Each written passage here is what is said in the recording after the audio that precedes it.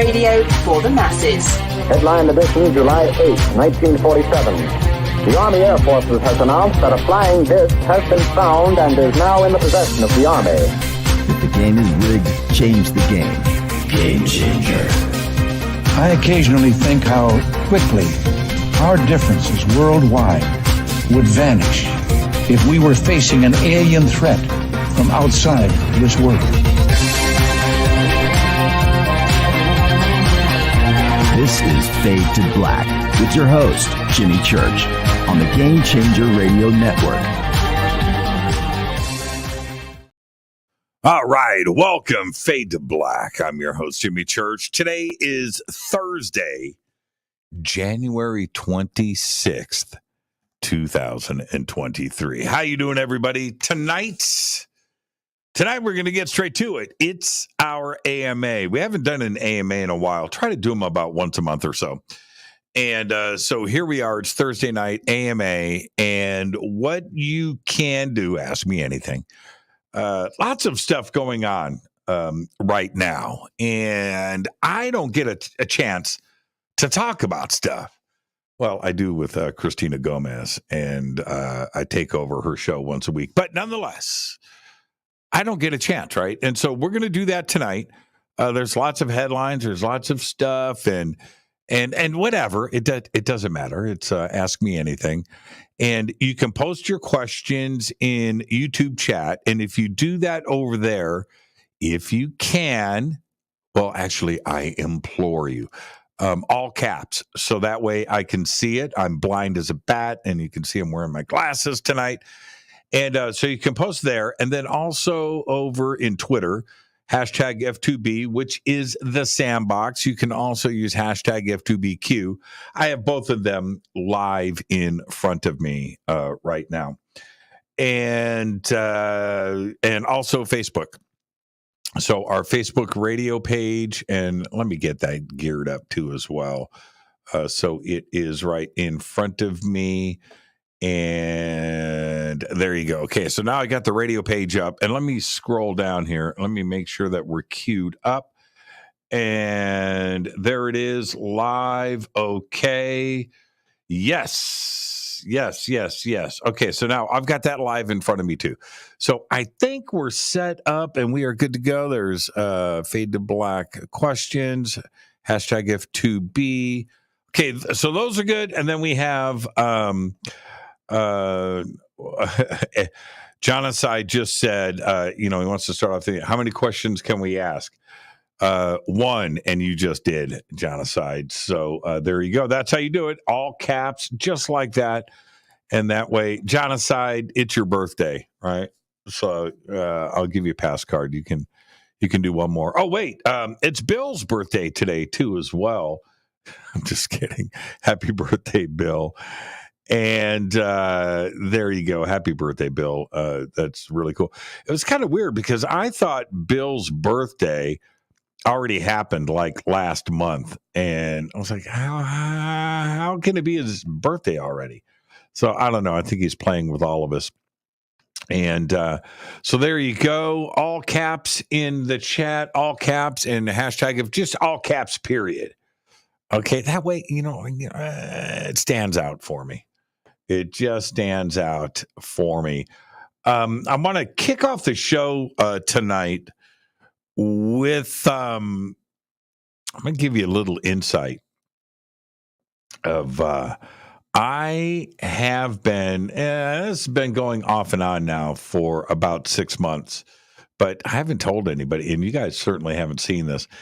And today, so I'm playing Horizon for Forza 5. It's a driving racing game. Okay. And, and it's just my little thing. And I do it on the side, and I've got a setup in here. And underneath right here, I've got my my pedals right down here.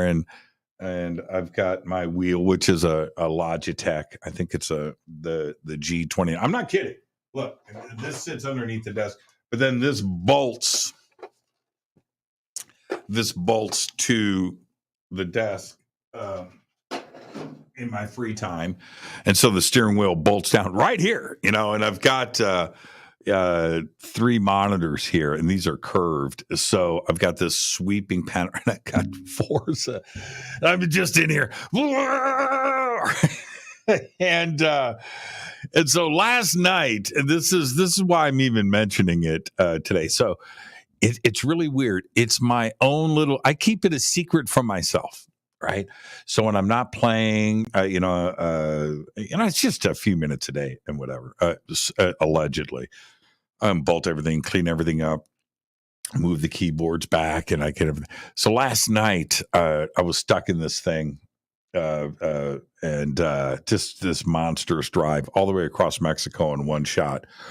And you got to do it in this time limit. And if you don't do it, man, you can't reset it. You got to drive all the way across Mexico. I'm driving through fields, just mowing down everything, trying to get back. And last night I was through, and I tried like 4 times driving across Mexico.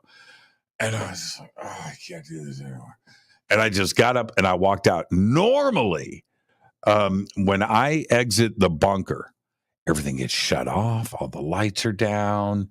All the computer, everything just goes black and dark. I just walked out, up the stairs, and I woke up this morning, and I'm making coffee and stuff. I completely forgot. And I walk into the bunker, and there's the wheel. The game is still running. I hear a car in the background. And I looked at it. This is embarrassing. This is what it's come down to. This is why I keep stuff a secret. I don't need anybody to know that this is going on in here. But I just disclosed it. It was just so funny how I was cracking jokes last night with Sarah Beskman Cosme, about being under hypnosis, right? And she finds out that I have a secret stash of Twinkies. Or whatever, and something, and I did this today, and this is what I hide it from myself. I don't think we should. I enjoy video games. I haven't played video games yet. Third Stone. That's me right there. That's me right there. I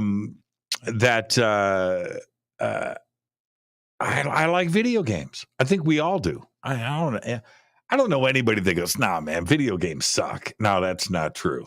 No, somebody's lying. But for me, it isn't the crazy strategy games or this or that. I used to like Civilization, and Rome was a good series. I like that. And Silent Hill and a couple others. But I like those driving simulation games. I think they're a whole lot of fun. And I told everybody over the years, Sony, PlayStation, Gran Turismo. Oh, man. Whoo, that was a big chunk of my life when I was in my 30s. And, it's hard to believe that was 25 years ago. And so there you go. So I picked up the wheel, and now all my stuff is tangled up. So, a little bit of disclosure there. I feel cleaner, in the interest of transparency, that I've come clean on this, my little thing that, so there you go. All right. Post your questions tonight. Ask me anything. Let's see here. Got things starting to pop up also in the Sandbox. So the Sandbox is hashtag F2B on Twitter. And there you go. And then, of course, we have the chat room, and I'll make sure that people are posting up over. This is the problem. Facebook, I got to refresh that. I just can't click. It's not automatic.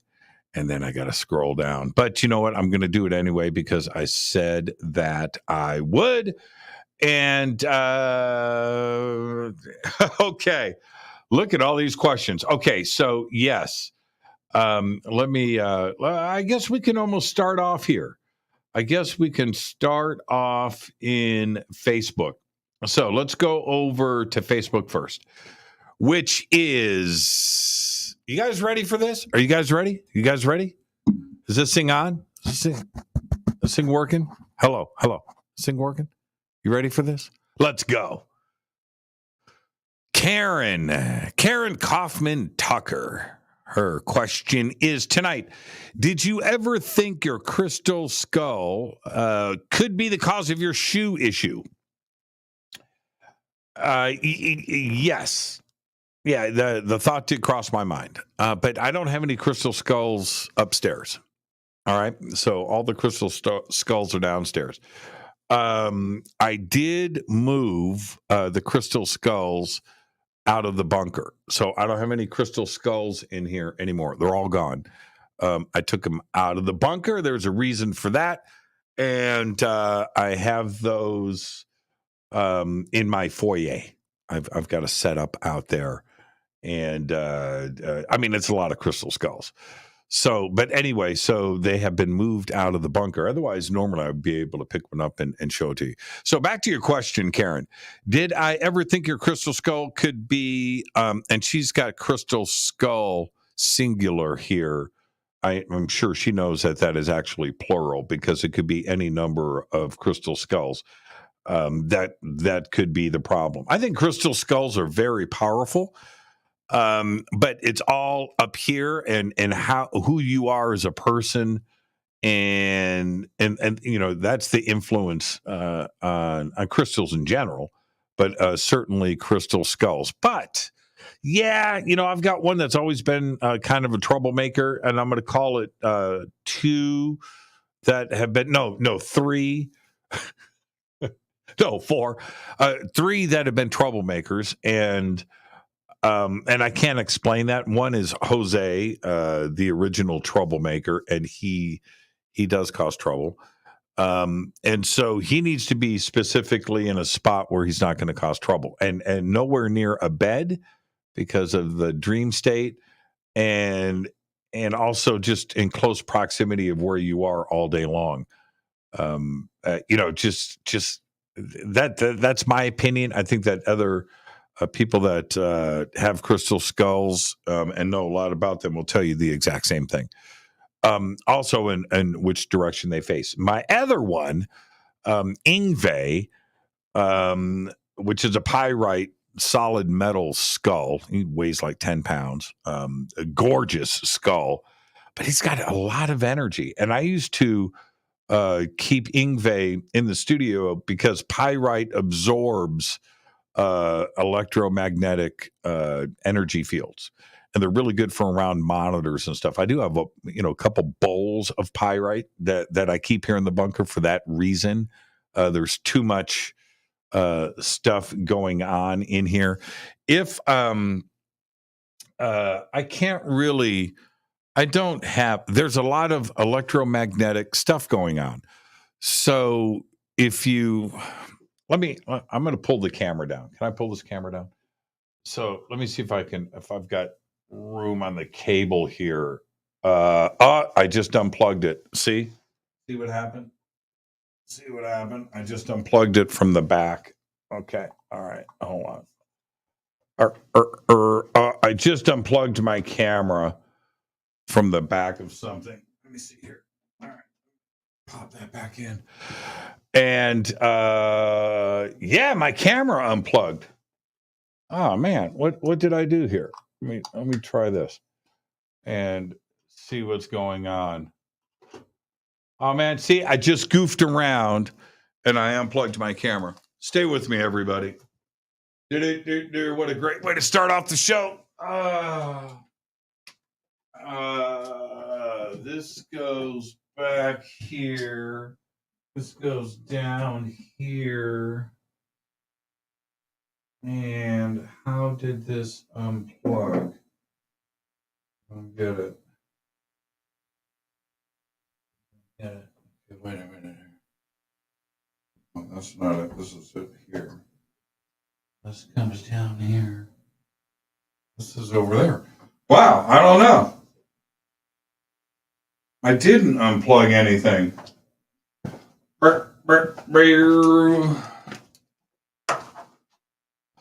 Yeah, that's weird. Oh, let me see here.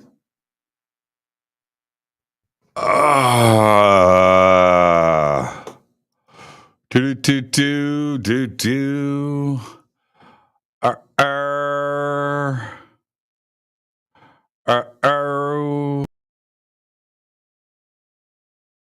Okay, so I've got the wrong camera set up here. We want this one.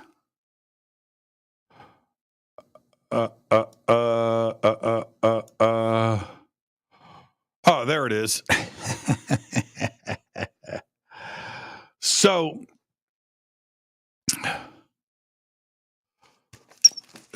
much for that. I was gonna run the camera around the studio really quick and show you guys all the electronic gear.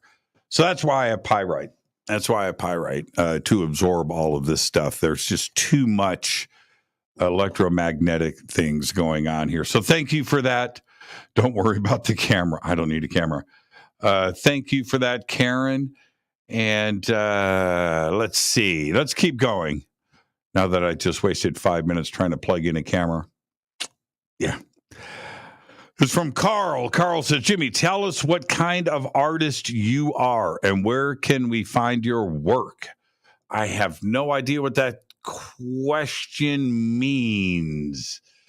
Carl, are you talking about drawing? I mean, that's years ago when I was a kid. So I do have, hold on a minute. It's in the other room. Hold on.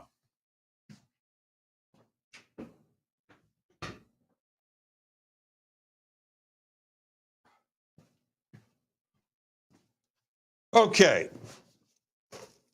It just shows you how improvised this show is, how live it is. So Carl says, what kind of artist are you? I'll show you. This was done in 1985. This is a poster of the city of Pasadena that I drew for the city of Pasadena. And I just got an old copy of it from a friend of mine. So this is wrinkled. There are a few of these, floating around that are framed and stuff. But here, I'm going to hold it up. There it is. There's the final print. That's the city of Pasadena. And I drew this when I was 21 years old. It's beautiful. It's brightly colored. And then if you look right here on the bottom of the street, it says Jimmy Church. Right there. And there you go. I drew myself. I'm actually standing right here on the corner with my guitar. Right here. It's a pretty cool shot. See me? That's me standing right there with my guitar. Yeah, there you go. And then down at the bottom of the page, it says, right there, Jimmy Church. And yeah, so there you go. I don't know if that's what you're talking about. I just happen to have this stashed in my laundry room. So there you go, Carl. I hope that answers that question. Let's keep going. Gypsy Rose Lee. Question, Jimmy. The last AMA before Christmas, I asked you, did you ever sneak peek a present as a kid? You said yes. What was the present? The present was a unicycle. That's right. I think sixth grade. And the boxes, the presents were under the tree a few days before Christmas. I was home alone. Nobody was there. I lifted up a piece off the end and I looked, and there was this little picture of this unicycle. I taped it back up and acted surprised on Christmas morning. There you go. And I felt guilty. That I carried that guilt for a long time, actually. I never did it again. I didn't like it. I didn't. And it was killing me too. I just had to look. I had to look. And when I did it and I found out, and now I'm lying to everybody and I'm acting and I'm putting this thing on, and I didn't dig that. I wasn't surprised. That sucked. And I learned my lesson at the age of 10 years old. I never did it again. I love getting gifts. I love presents. That's it. It's really the truth. So no, I never did it again. I never did it again. I learned my lesson with that one. Carol Perrault. Carol, the artist. I have Carol's paintings here, or some of her paintings here. I think I have one.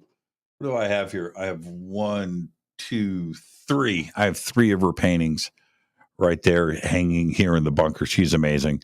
And go check out Carol Perrault and her artwork. She says, I would like to know if Jimmy, here, I'll pop this up. Carol Perrault. I would like to know if Jimmy has ever experienced missing time. Are you going to do a painting, Carol? I don't know officially. I have some thing. I mean, like, do I have a situation where I was going to grab a watch where, you're looking at your watch and, and it's 12 o'clock and then, 5 hours go by and you come and your friends or your family are like, where have you been? Huh? What are you talking about? I've only been gone for 5 minutes. No, man, you've been gone for 5 hours. Have I had that? No, I haven't. And I would say that is an official, like that's a missing time situation, right? Betty and Barney Hill and so forth. No, but I've had some time situations that I've always felt were rather strange, like the Hindenburg, keep calling it the Hindenburg thing in Waukegan when I was a kid. Very strange. That disappearing house. I still feel really weird about that, what was going on. In Pasadena, when I went across the street and got lost in the neighborhood for a few hours and made it back home before I ran out of gas, that was a strange day. Was there missing time there? I don't remember, but those were strange events, all of them, that could have a time thing involved with it. But if I had a missing time, Not in the official sense. No, I haven't, Carol, but that is a great question. Okay, everybody, tonight is our AMA. Post your questions in Facebook on our radio page and post up on Twitter. Hashtag F2B is the sandbox. And also, oh, man, really? Yeah, I was expecting this to happen. This is from Scott Schmidt. Scott Schmidt says, it looks like Rick and Morty is over. Justin Roiland got canned. How do you feel? I knew it was coming. And let me tell you how. Okay, so Justin Roiland, the creator of Rick and Morty, also the voice of, he's the voice of Morty, I think, right? Or does he do Rick? Or he might do both. He might do Rick and Morty. Justin got arrested a couple of years ago for some domestic violence, like real charges. And it was kind of lost in the court system for a couple of years. And so nobody really knew about it, but it went public last month. And I had heard he was in hot water with the network and the production company. And so I guess now he got canned. So I knew it was coming, and I've got like 5 Rick and Morty shirts, took them out of my closet. I did. I folded them up and put them on a shelf. And it was just one of those things. And I thought to myself, well, if he gets cleared of this and this gets, and we figured, something, then I would pull him back down off of the shelf, right, and hang him back up. But there you go. The show, and I've said it so many times, I've always felt that it was one of the best TV series out there and stuff. But no. I don't tolerate that. Nobody should. And I lost respect for Justin. And if he's canned and if he gets convicted and everything else, then that's it. I'm bummed because I don't get Rick and Morty, but I just don't support that. I don't support it. And some of the details that I had read about what it was multiple charges. It's like, no, dude, no. You're a canceled check, and I hate to do this. So so there you go. So thank you for that. That's from Scott Schmidt. If I'm done, I won't even. If I'm not even going to talk about him getting canned. No, that kind of stuff in my world. That's it, man. You are a file removed from my hard drive, put into the recycle bin, and the recycle bin is emptied.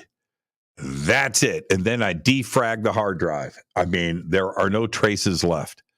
That's the way that I deal with stuff like that. So there you go. All right. Let's see. I'm bouncing around here.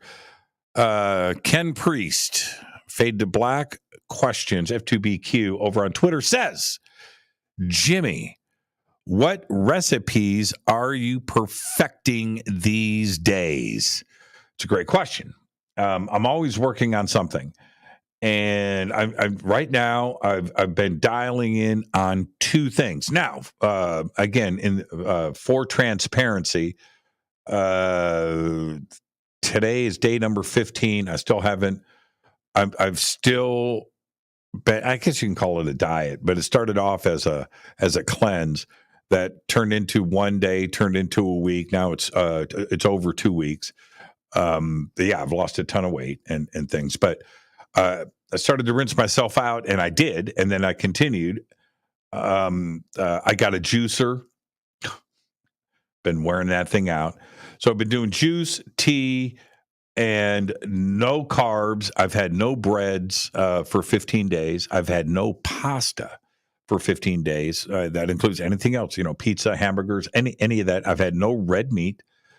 I've had three tiny Italian meatballs in 2 weeks. I've had that. I've had a couple of shrimp, and then I've had some soup and some broth and things.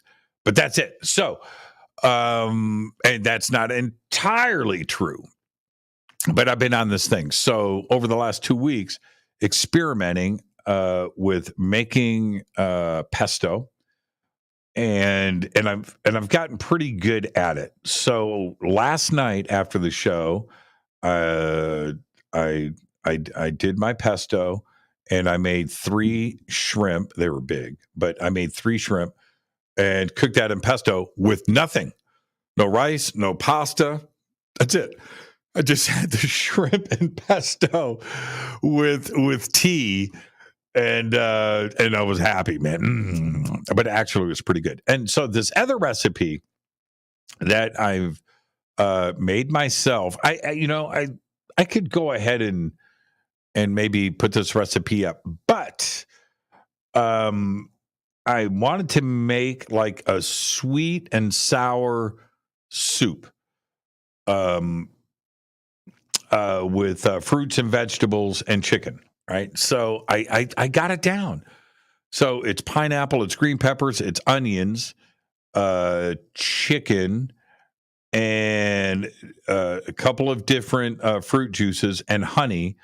And I make the sauce first, and I got it down. It's really pineapple juice and a couple of other things, and I've got it down. It's really thick. And I got it. It's spicy.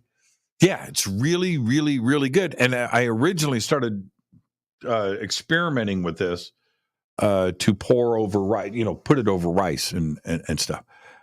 But I started the diet, and I thought, man, that'll make a really good soup. So I mean, it's like a really thick, fruity chicken with green peppers and white onions. sweet and sour soup.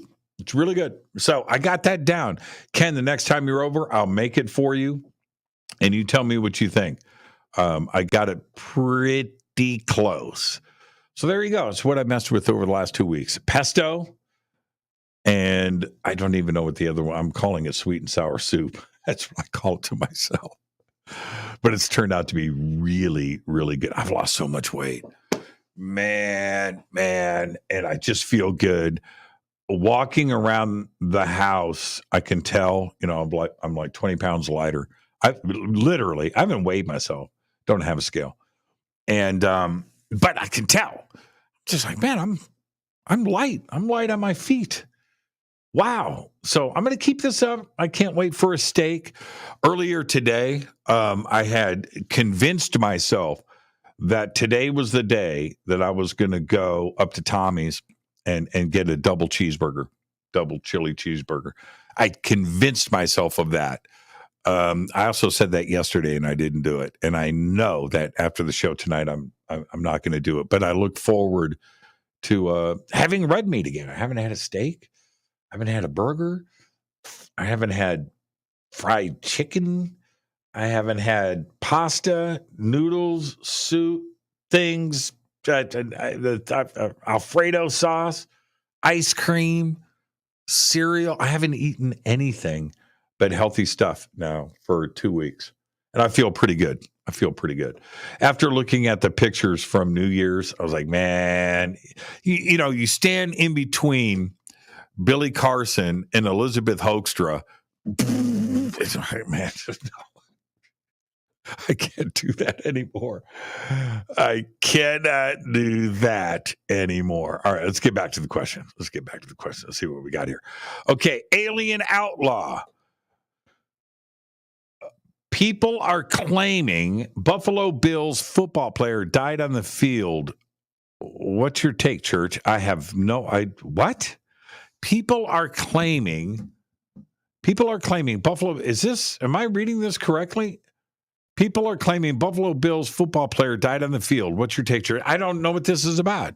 I haven't heard anything about this. Is that true? Hold on for a second. Buffalo. Is this? No.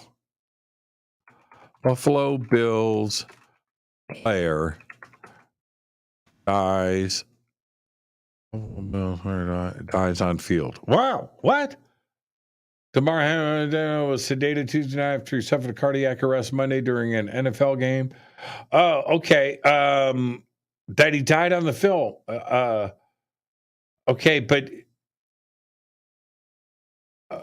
yeah, no, I didn't know. I didn't know this. I did not know. Okay, sorry about that, Alien. I did not know. All right, Jonathan says, how many questions can we ask? You already asked that. Are you doing this again? Is that supposed to be funny? Have you ever visited Louisville, Kentucky and the Kentucky Derby? I have. Yeah. Yep, Churchill Downs. I've been there a couple of times. Trying to think. I know I was there for Kentucky Derby weekend. I haven't been to the Kentucky Derby. No, I haven't done that. Mint juleps. No, I haven't done that. I would like to, but I have been there a few times. I've been there a few times. But yeah, I would like to see the Kentucky Derby. Have not. Love Louisville, though. Louisville's great. Let's see. Can you please tell an Eddie Van Halen story? An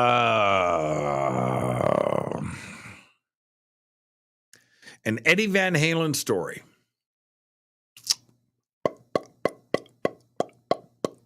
He farted on me once. I'll tell you that.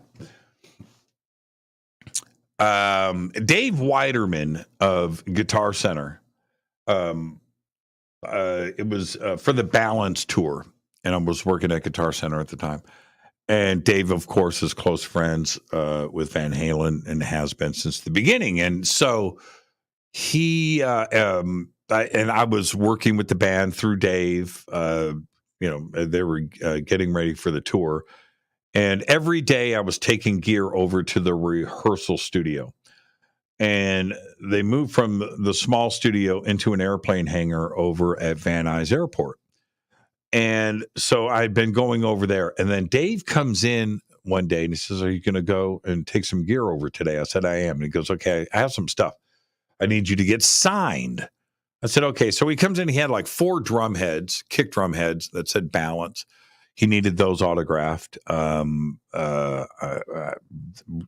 album cover, really cool. And brings in a stack of CDs and some other stuff, some memorabilia things he needed signed. So I had all the stuff.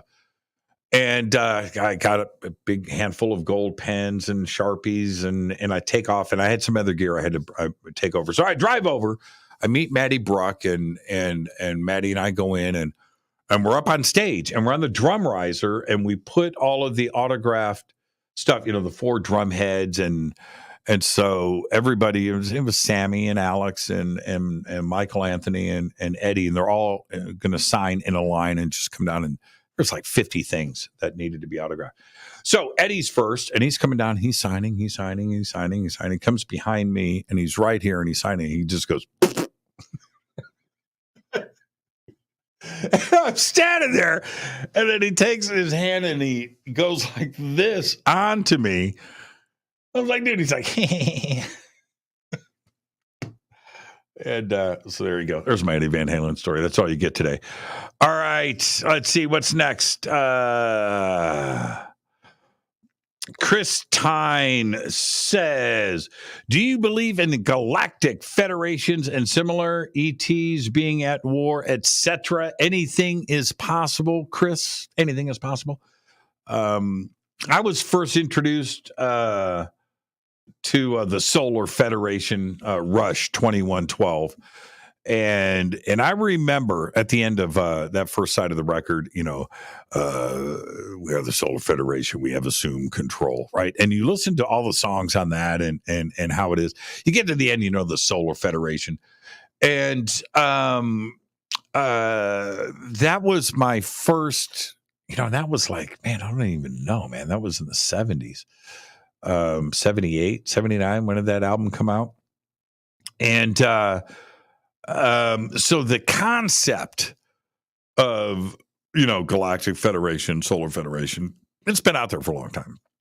And it's been a part of science fiction and different books and movies and things.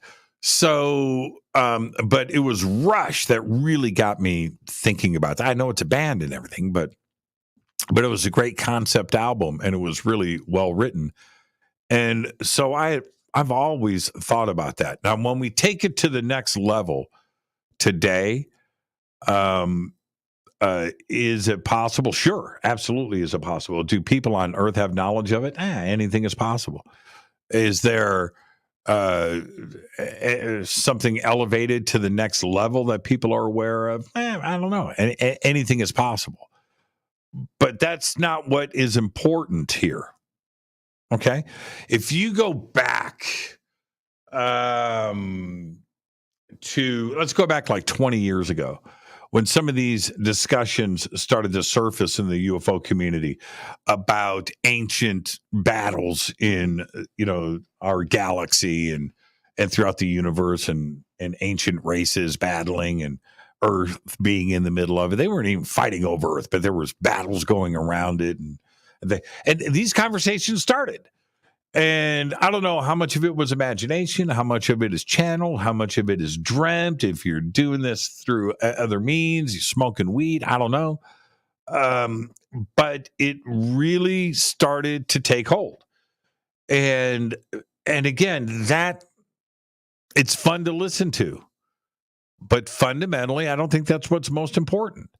If we back up and we really think about what we're talking about here, the universe is a big, big place. You hear me say it all the time. You don't understand. You don't. None of you understands how big the universe is. I don't understand. I grapple with it, but you don't understand how big it is. Just our Milky Way, which may have 1 trillion stars in it and trillions of planets, just in our Milky Way, where and the latest estimates are that there's over 500 billion stars, and they don't even know. They don't. 500 billion is a friggin' huge number, and that's just here, right? Avi Loeb looked at me and he goes, "No, man, we've got more than 1 trillion planets in the Milky Way. 1 trillion, 1,000 million planets just in our Milky Way." So when you look at it like that, and then you take our little teeny tiny, give me something tiny. I'm looking for something tiny to pick up. Something tiny. Our little tiny galaxy that is this big inside of the universe, which has got 1-2 trillion more of these. Trillions of galaxies, and each one of those with trillions of stars. There isn't a galactic federation. There are galactic federations to the power of 20, power of 100. It's a number so big you have no idea. You can't wrap your head around it. Now, is there evidence of that? Do people here know this as a fact? No, but you have to. Well, maybe. But you have to accept what the numbers are. And if you look at the time, right? Homo sapiens sapien, 200,000 years old. Earth, 4.5 billion years old. Humans, 8 million years old. If you go Lucy, 2.5 million years ago, and you just back it up, you just try to come. That number for the existence of humanity is so tiny in the big scope of things, just a little tiny sliver. So an advanced civilization, more advanced than us by 1 billion years, and how many of those are out there throughout the universe, of which the numbers, it's got to be in the, trillions? Trillions. Not one, not two, trillions, just close to us. Between Andromeda and the Milky Way, trillions. So there's no telling how many galactic federations are out there. But do we know it as fact? I don't know. But that's a great question. Let's see. Bill just had to chime in. It's Bill's birthday, everybody. Happy birthday, Bill. Who wants cake? Let them eat cake, Bill. Let them eat cake. Dallas, Michael Reese says, when did you start on radio or in radio? On radio? 2008. 2008. It's a long story, but 2008. My first time on Coast, I think that was 2013, 2014, something like that. Yeah. So there you go. What are we? 2023. Do the math. I've been at it for a while.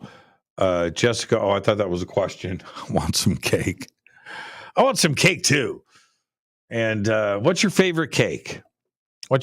Mine, man, I like red velvet, but I like German chocolate too as well.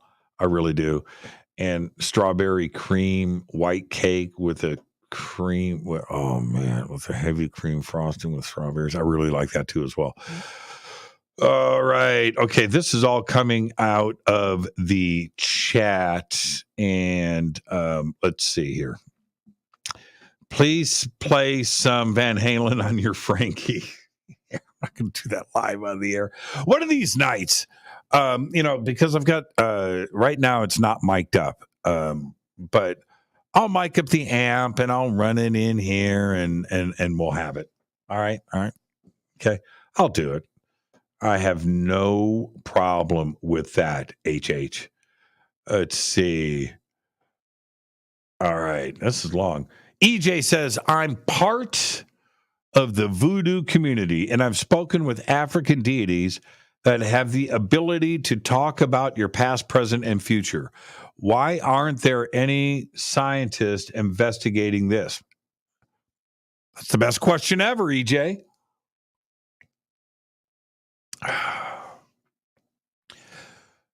I don't understand. I said this earlier today on Christina's show.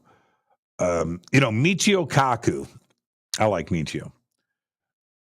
But Michio Kaku and other scientists and physicists and stuff will generally say the same thing.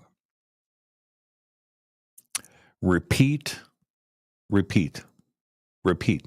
They want an event to repeat so they can measure it, so they can test it, so they can figure it out, so they can throw it in the lab.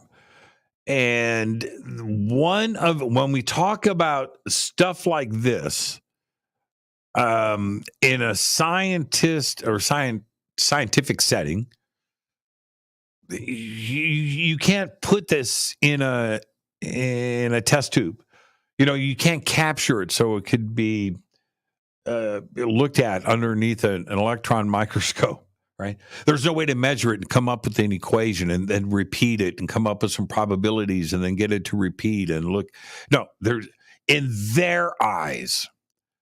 But what they are, and EJ, this is why your question is so important. What they are talking about more today is pinning themselves in the corner. And they're going to have to eventually start testing this stuff. And I'm talking about extra dimensions, entanglement, consciousness. Does consciousness arrive from the physical, or does consciousness cause the physical to be seen? Right? I mean, that's kind of a weird paradox, isn't it? Right? Without consciousness and the ability to perceive, eyeballs, taste, hearing, touch, right?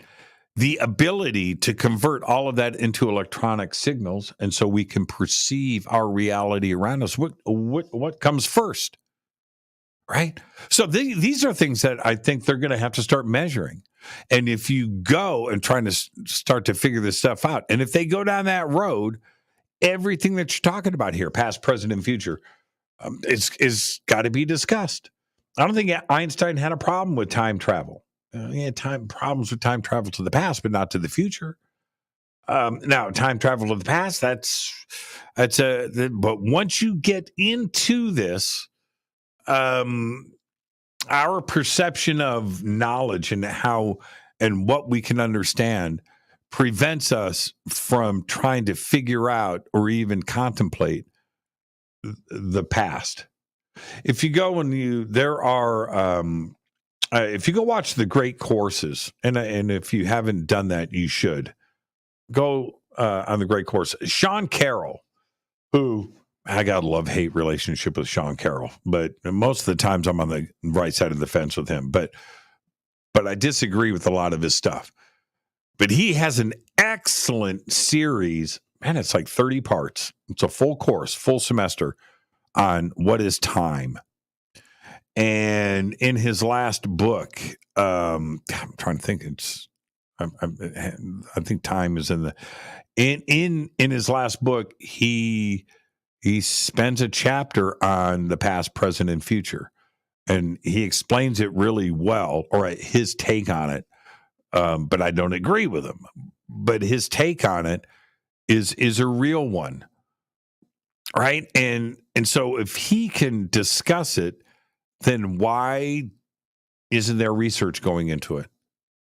Not on paper, not with equations, but like research into it. So there you go. It's a great question, EJ. And I think they will be investigating this very, very soon. Throw ayahuasca in the mix, and I think we've got a whole new party going on here. Okay, let's see. Phil the Stalker, what would you change about yourself if you could? Nothing.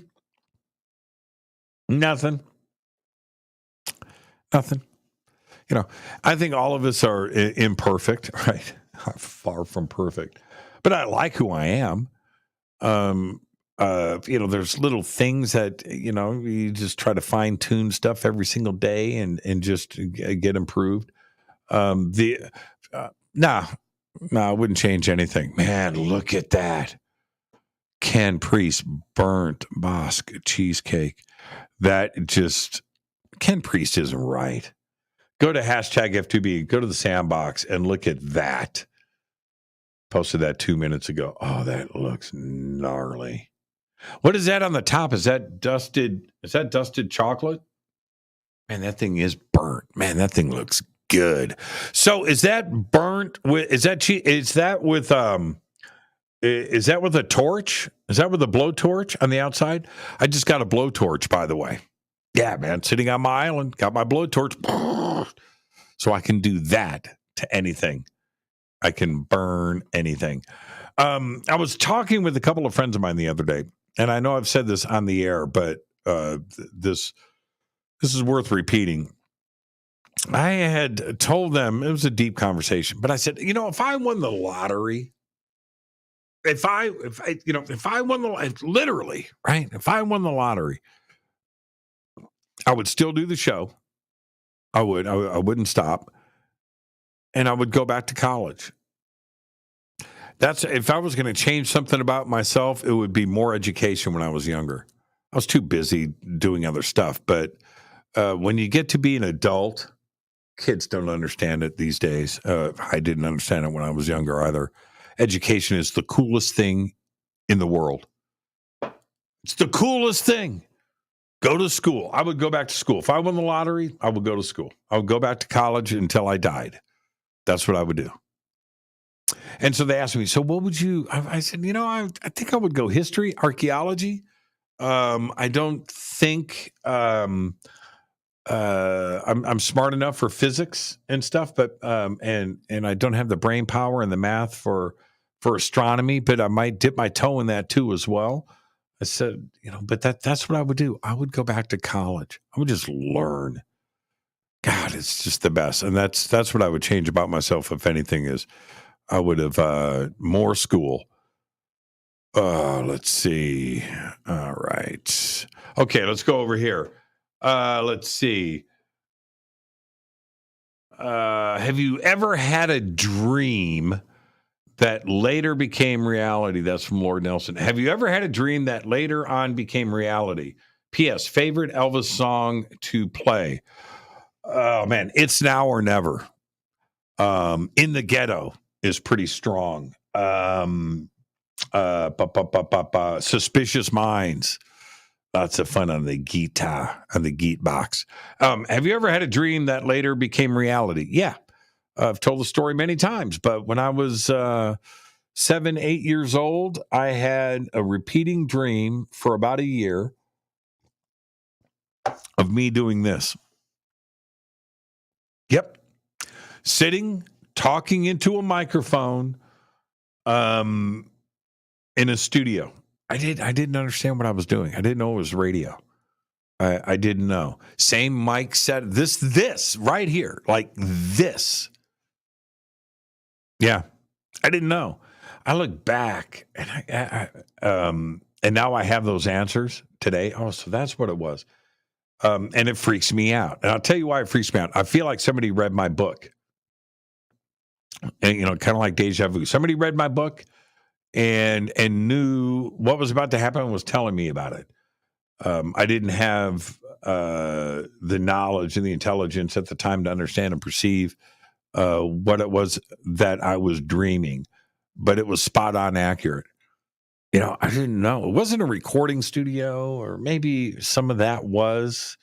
But no, I'm talking about dreaming of this radio, microphone, and the studio setup here. Yeah. Pretty strange, isn't it? And I didn't understand it. Man, I had that dream constantly. Had that dream over and over and over again. Never understood it. I never dreamt about being an airplane pilot, astronaut. Didn't dream about it. I daydreamed about that stuff. But dreams at night, no. Dreams at night were this right here.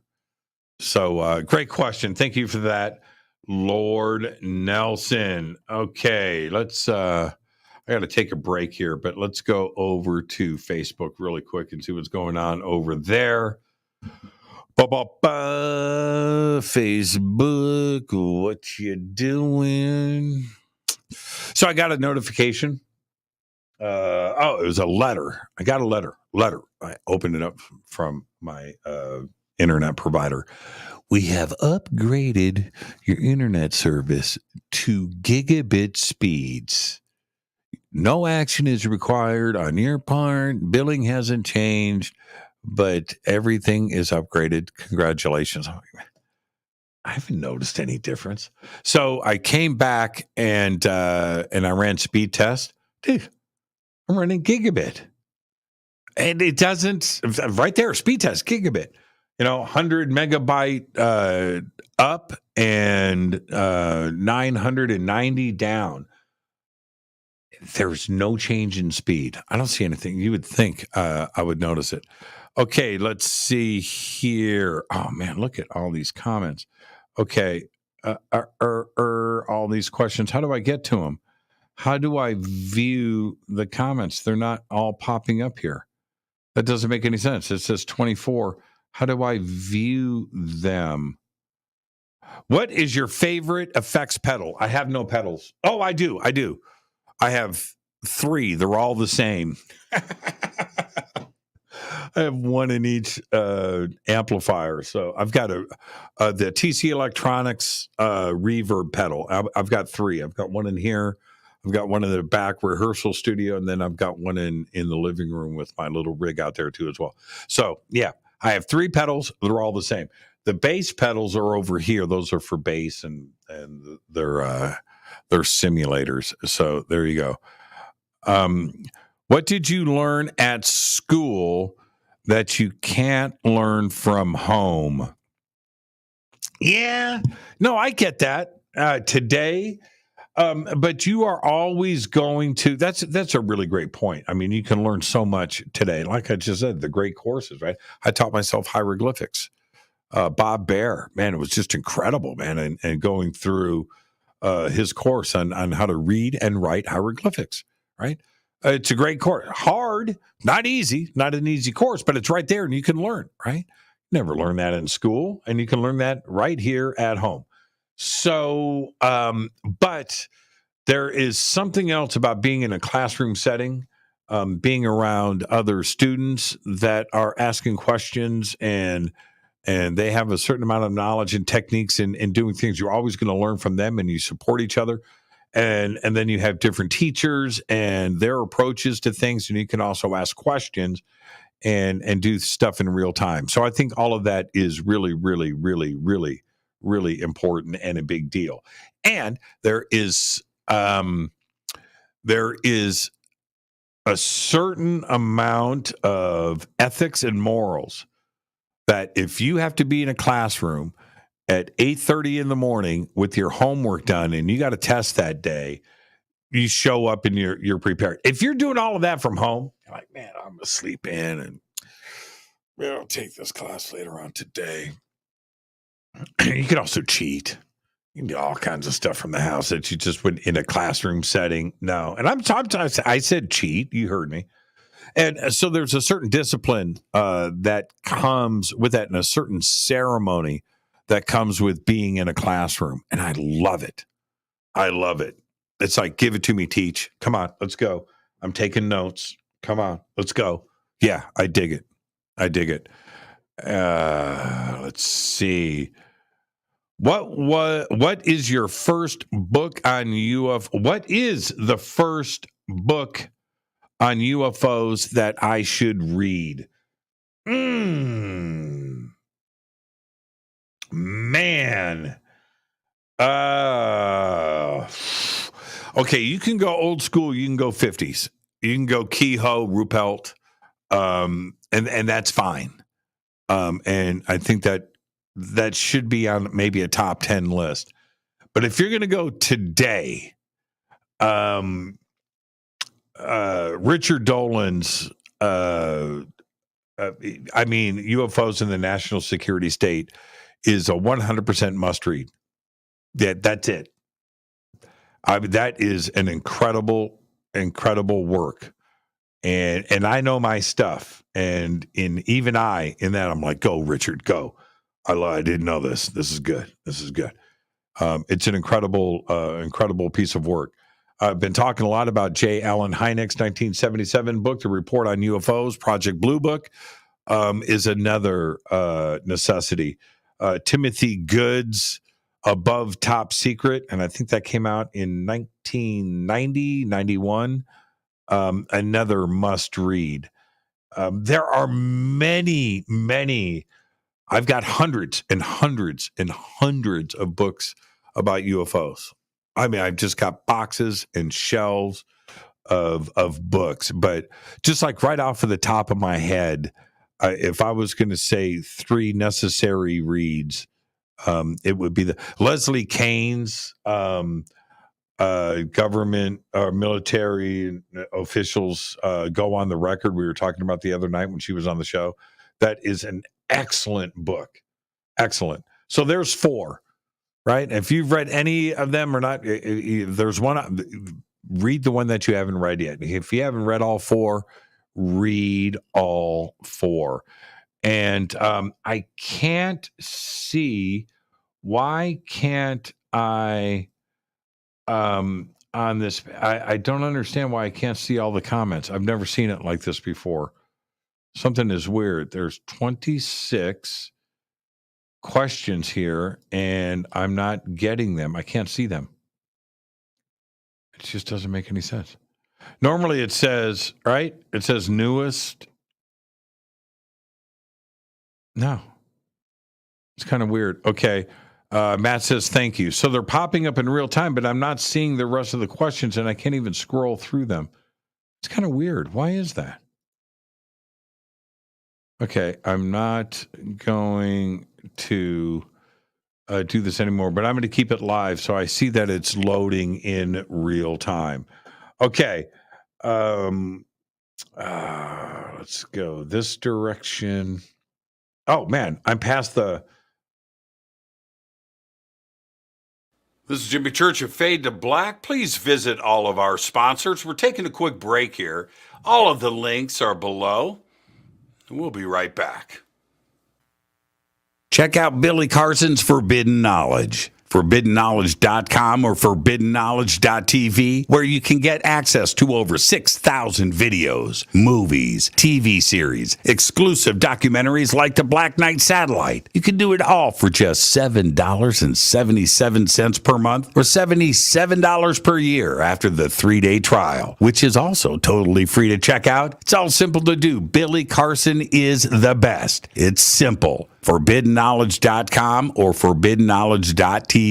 That's the number 4BK. I will be hosting and emceeing the Conscious Life Expo this February 10th through the 13th at the LAX Hilton right here in Los Angeles, California. 200 speakers, including Linda Moulton Howe, Bashar, Deborah King, George Norrie, Daniel Sheehan, Scott Walter Johnstone, and David Wolf. Over 200 vendors, special events. This is the biggest event of its kind on planet Earth. You've got to come and hang out with all of us. Tickets and info at ConsciousLifeExpo.com. The links are below. On Saturday, April 1st, that's right, April Fool's Day, 2023, I will be hosting the Parapod Festival at the Hyatt Regency right here in Valencia, California. It's a live one-day podcast awards. It's a film festival. It's a full-on media event.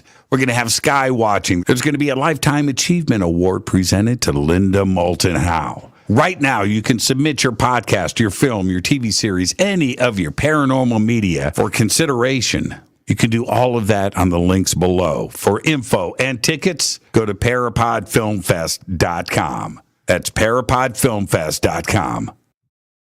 April 7th through the 14th, 2023, I'll be hosting and presenting on the Hidden Secrets Seminar at Sea Cruise. From Los Angeles to the Mexican Riviera on the Navigator of the Seas. That's right, up top, a giant water slide. You've got to check out the Navigator of the Seas. It's amazing. We've got Scott Walter, Adam Apollo, Nick Pope, Brad Olson, Vivian Chauvet, Jason Shirka, Robert Grant, Ruben Langdon, and another 12 amazing speakers and presenters. It's all simple to do. Just visit divinetravels.com/Hidden Secrets 2023.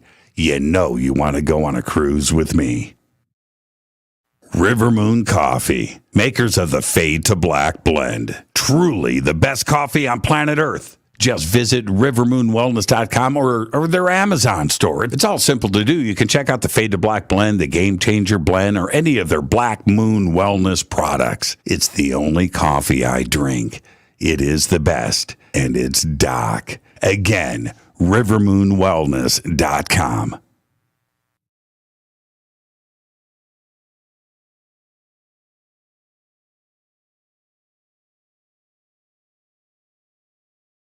Don't worry, I'm back. I'm here. Just going through questions, man. All the questions. Tonight is our AMA. Ask me anything. All questions answered. And there you go. Man, my steering wheel. See, that's what I get. Show off the steering wheel. All my stuff is tangled up. I've got no room on my headphones. Okay, so you can post your questions in the YouTube chat and hashtag F2B over on Twitter and also over on our Facebook page. And there you go. And again, I can't over on Facebook. I can't see.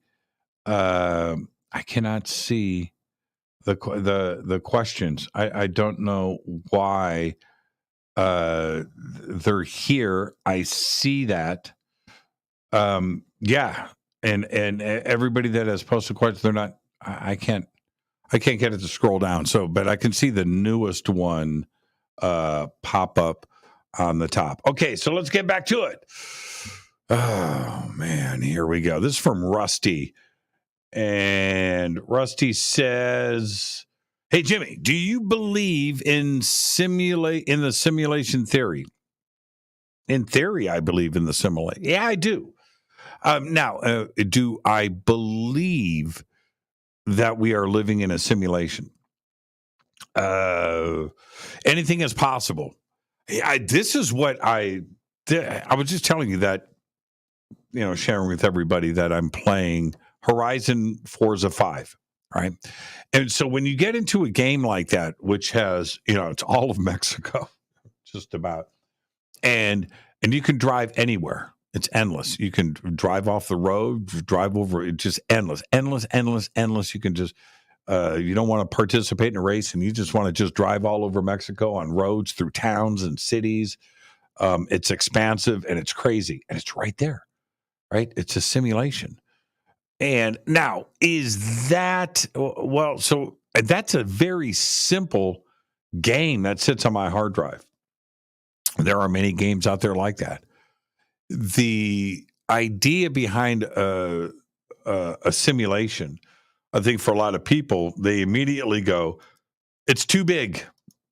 There's no way. That would be a computer network and things and all of it. I don't think it's as big of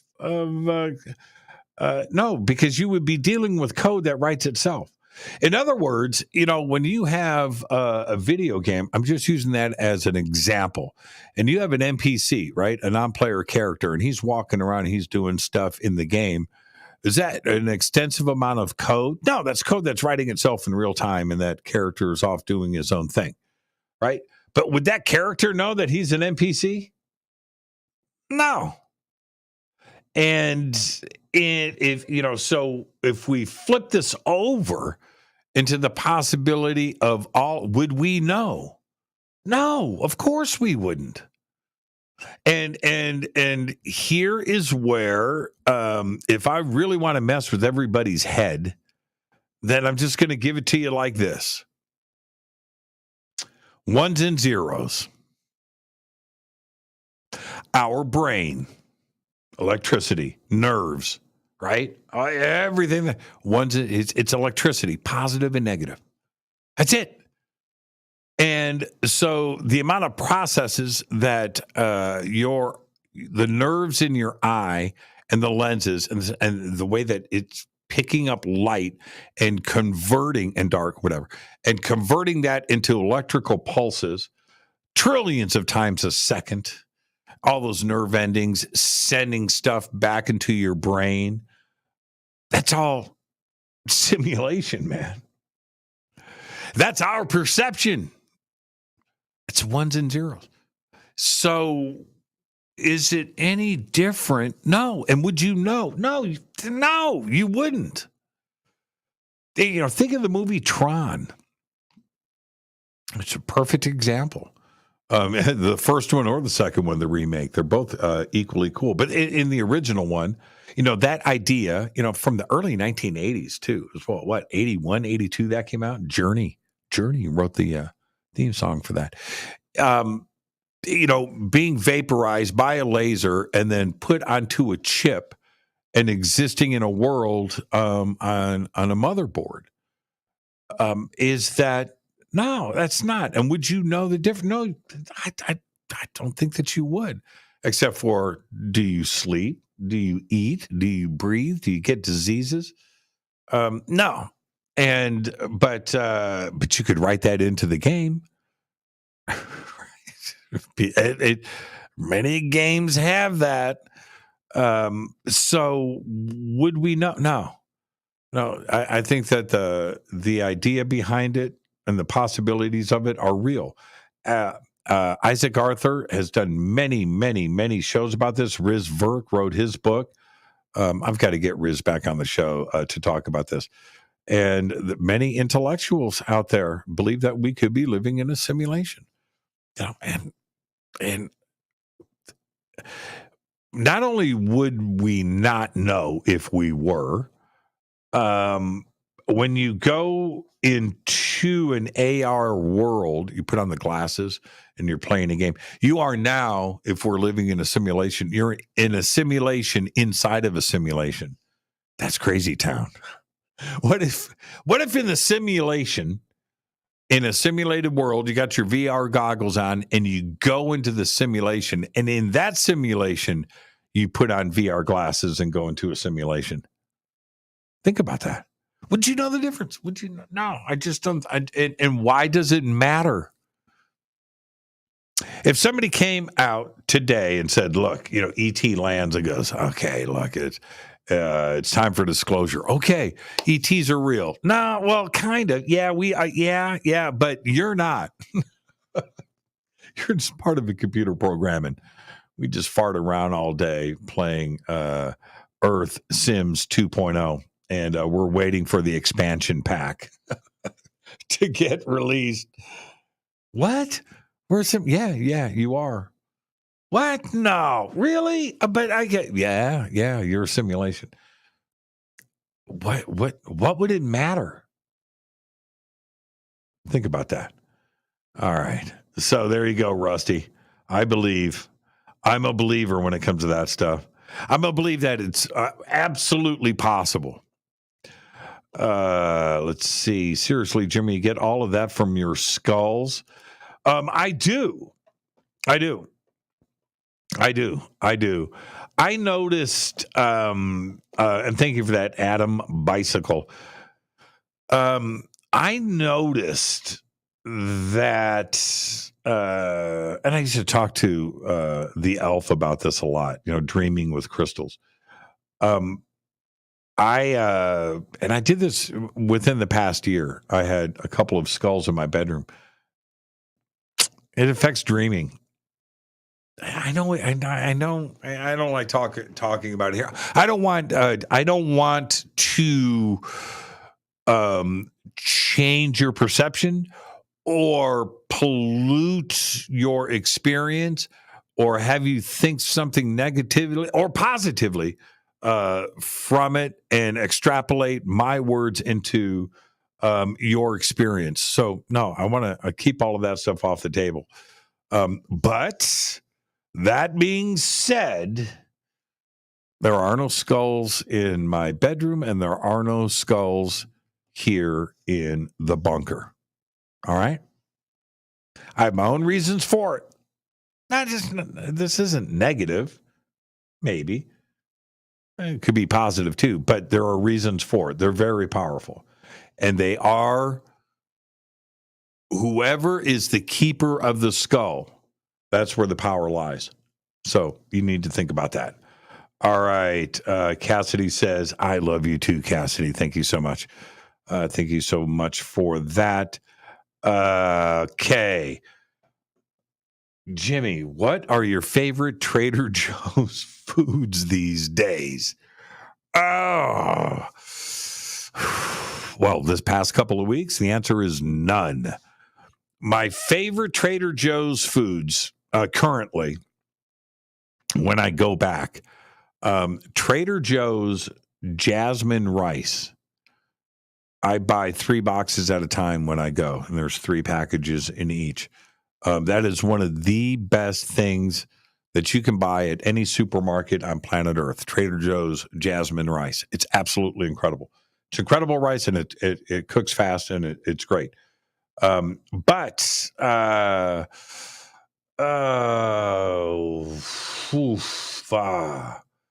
have I been buying from Trader Joe's lately that I can't live without? I just bought. Should I say this on the air? Dark chocolate sea salt caramels. There, I said it.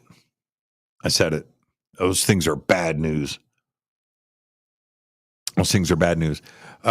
Trader Joe's hot habanero sauce. I've got 3 bottles of it.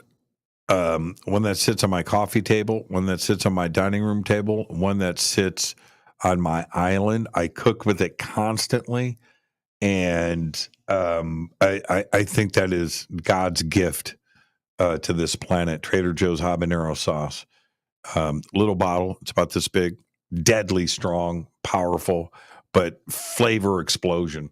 And the reason why I enjoy that, now I do all the Trader Joe stuff. I do like the their orange chicken. I think that's their number one product. So the orange chicken, the teriyaki chicken, I buy that all the time. I cannot help but get. Okay, I'm going to tell one more secret, then I'm moving on off of Trader Joe's. Their pepperoni pizza mac and cheese. Yeah, there, I said it. I've revealed way too much. Yeah, I have the feeling that's going to pop up in Twitter. Trader Joe's pizza mac and cheese. Yeah, I still do that. Just the clusters, maple pecan, granola cereal. That I thank you for that, Cassandra. Oh, that's from Olivia. Still quite possibly that's up there with Lucky Charms and Captain Crunch Peanut Butter Crunch. Trader Joe's pecan cluster cereal. They used to sell that by the bag. Now they only sell it by the box. But when they sold it by the bag, they sell it by the box, now. And so, you get 2 bowls, per box, the way that I eat it. But when they sold the bag, and you know what else they used to sell by the bag? They don't do it anymore. It's been probably 10 years. I'll never forget it. I was at Trader. I was like, what happened? They had blueberry muesli by the bag, these big long bags. It was so good. They stopped selling it. I'm like, no, we don't carry that anymore. What do you mean? So there you go. Carrie says, Yngwie Malmsteen. Yes, my skull is named after Yngwie. Yeah. I sent him pictures of it years ago. He didn't respond back. I forgot to ask him about it when we hung out a couple of months ago. She said, man, do you remember, man, I sent you that email, man, with the Yngwie skull, my skull named Yngwie? I didn't do it. It was one thing. Thank you for that, Cassidy. I remember when I mentioned UFOs, in radio and stuff, to Ingve, and he's standing there, he's holding my guitar, and he looks up like that, and he was going to say something, but he didn't. And I didn't push him. I had friends with me going, he was going to say something, but I didn't. It was like 10 minutes to showtime too. I just didn't want to go there. So there you go. The answer is confusing me.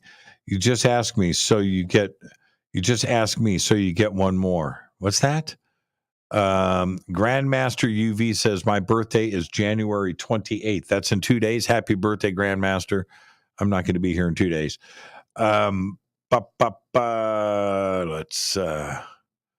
Let's get to the next question here. Let's see.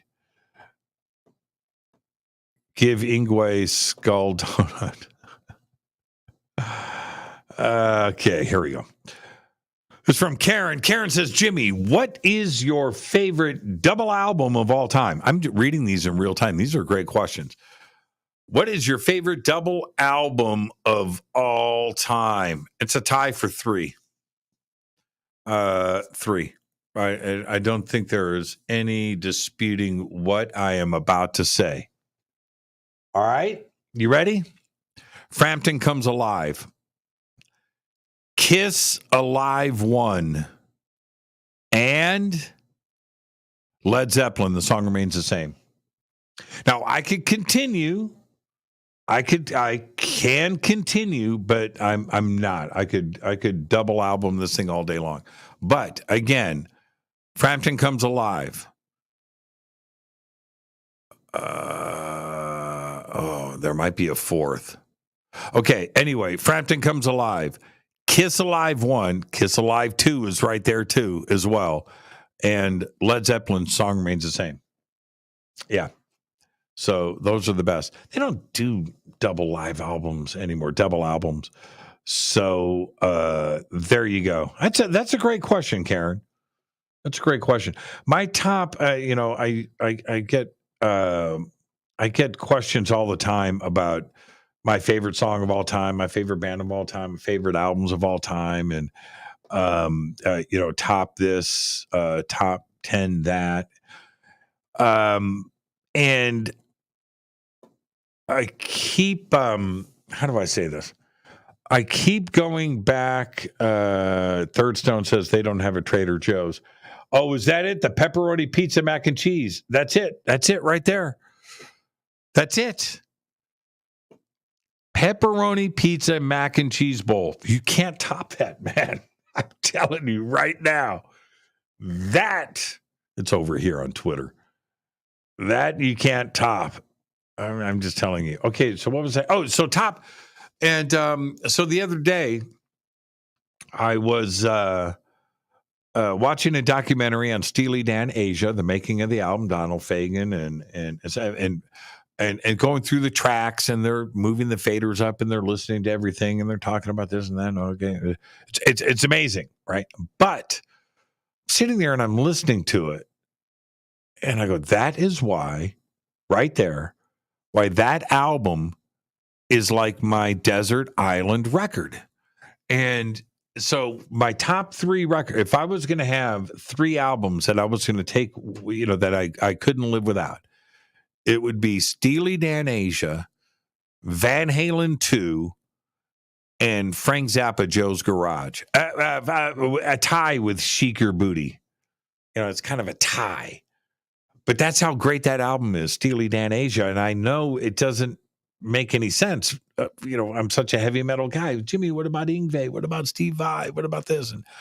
And I get that. What about Black Sabbath? I understand. But there are things about Steely Dan Asia where it's rock, but it's music, it's jazz, it's the lyrics, it's the best musicians, period, coming in, whether it's drums or bass or guitar, or solos, piano, the backup vocals, Michael McDonald too as well.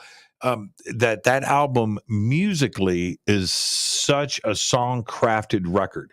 It's a musician's record. It's a songwriter's record. but they are songs that are listenable, as technical as they are. It's just a listenable, happy musical record. And it's just like a perfect record. So Steely Dan Asia, Van Halen 2, and Frank Zappa, Joe's Garage, or Chic Your Booty. That's a coin toss. Go either way. And I didn't put Jeff Beck on that either. Jeff Beck, the Orange Album, Wired, Blow by Blow. You know, so there you go. All right. I digress. Where am I at? Jimmy, did I ever play on any famous albums? No.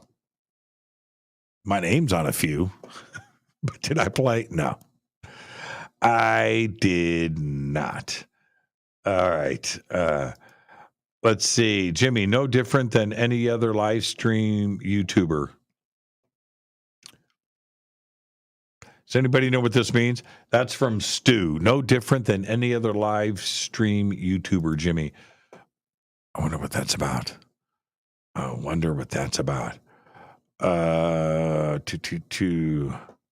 Man, these questions are repeating. I see, or is it the scrolling? Quit being greedy. Let's see. First acoustic guitar, first electric guitar. When? Okay, my first. I didn't get an acoustic guitar until later on in life. No, I had my dad's Brazilian classical guitar when I was a kid. So there was that. I don't remember the name of it. It was handmade in Brazil. It was a nice guitar, actually. So there was that. Acoustic guitar. I don't even own an acoustic guitar today. All right. So there you go. I had two. I sold them 25 years ago. I just didn't play them.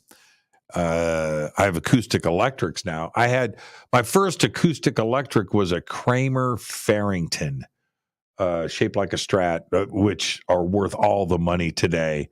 And I sold that guitar for $150. I regret it because those things they're in the thousands today. Couldn't give them away in the 90s. But anyway, Kramer Farrington. Now I have, of course, the Fender Acoustasonic right there, and I've got the Fender Tele Acoustasonic. So I have one of each, and then I have various other acoustic electrics. But those are acoustic electrics right there, and I love them. I love them both. They play differently, though. It's really strange. Okay. Yeah, these questions are repeating. It's really weird. Okay. From Spy Girl, Jimmy, choose only one superpower: mind reading or telepathy. Must pick one. Aren't they the same? I think they're the same. I'm going to classify that as being the same. I think it's the same. I would pick either one. No, I wouldn't want to mind read. Yeah, it'd be telepathy. If you're going to define a difference, but man, I would think they are the same. Let's see. Dallas Michael Reese says your UFO encounter time. What? Your UFO encounter time. Okay, that came in an hour ago, so I am really behind here. How many pillows do you sleep with?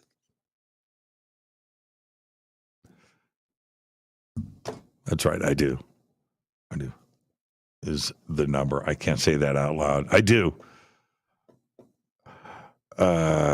Jimmy is an alien. Yeah, I would say that is true. I would say that is true. Okay. I'm scrolling, everybody. Hey, Jimmy, what did? Okay, this is Rusty. Oh, Rusty. Second question tonight, Rusty. Okay. What do you think of the Fermi paradox? Fermi was wrong. I don't think Fermi today would ask the same question. That was at Los Alamos. It was in the 1950s, associated around At 53, the UFO flap. You had the UFOs over Washington, D.C., all the headlines in the papers, flying saucers everywhere and stuff. So, these physicists are hanging out in the cafeteria, literally having lunch, sitting around talking about UFOs and flying saucers. And Enrico Fermi, atomic bomb, Enrico Fermi, stands up. And he's frustrated. He goes, so there's all this life out there. Where is everybody? Right?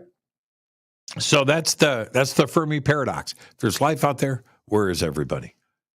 And I don't think Fermi would ask that question today. No. So that's it. That's what I think of the Fermi paradox. It was fun to think about back then. Today it's another kind of party. So there you go. Let's see. Jimmy, what is your most recent paranormal experience? Thank you. Spirit of the Trees, Spirit of the Radio, The Trees. Great album. Rush. I talked about this the other night, actually. This is 2 nights ago. It was after the show. I was upstairs. I was in bed, had my iPad on my lap. House is dead quiet. I had just turned off like 10 minutes before that the thermostat. I sleep with it down. It's like at 70 degrees. I set it at 65 every night. I do the same thing. Okay, so anyway, I'd done that. Now I'm just relaxed. I'm in bed. Boom, done. Got the covers pulled up, thing, and I'm very comfortable. I have a padded headboard right behind me, and stacked up pillows, and I'm leaning back, and I'm comfortable, man. I got my iPad, and I'm just in the zone, getting comfortable and things. And all of a sudden, I got to move my coffee so I don't spill it. Just like this. I was like, and I'm going to cuss. I'm going to cuss on the air right now. I have my iPad in my hand like this, and I go, what the fuck? Really? Really? You're going to do this right now? That's what I said out loud. You are going to do this right now. I'm not getting up. I'm not going to get up. And and it came from that side of the house. I don't know if it was but it was loud. And I wasn't going to get up and do it. And here's the thing. Am I going to be Shaggy from Scooby-Doo? Right? Am I going to be that guy, walking around the haunted house, with the flashlight, walking around, like Shaggy, hoo, hoo, hoo. Am I going to, no, I'm not going to do that.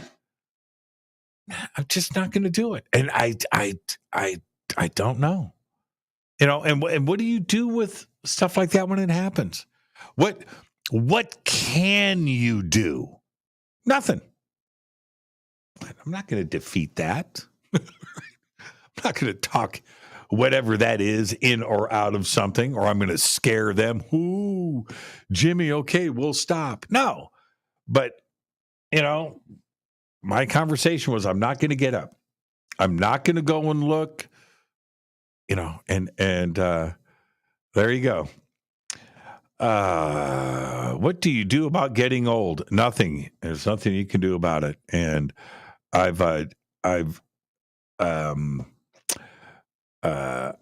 just won't. I don't care about it. I don't care.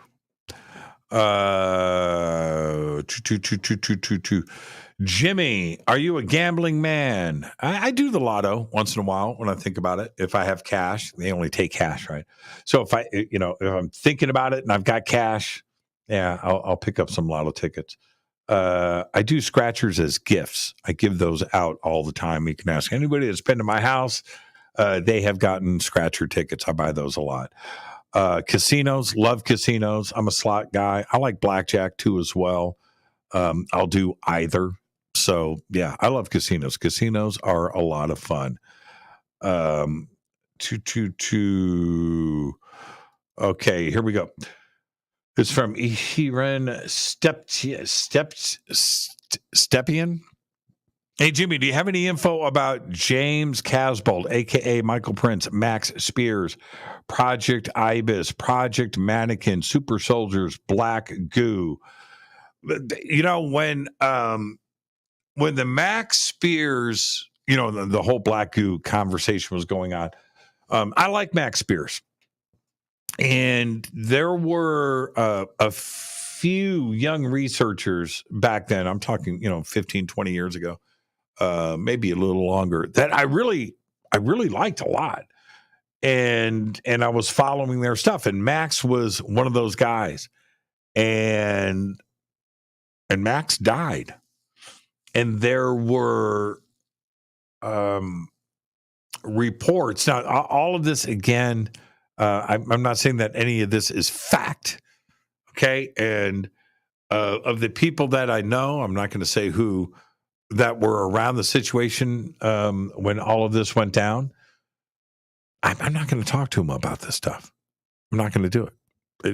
I'm not. Rudy Sarzo was in the bus when the plane hit and Randy Rhoads died. I never talked to Rudy about that. You know, other people have, and they can, and he's talked about it in front of me. But for me, no, I'm not going to pull somebody through that trauma. And it was the same thing with Max.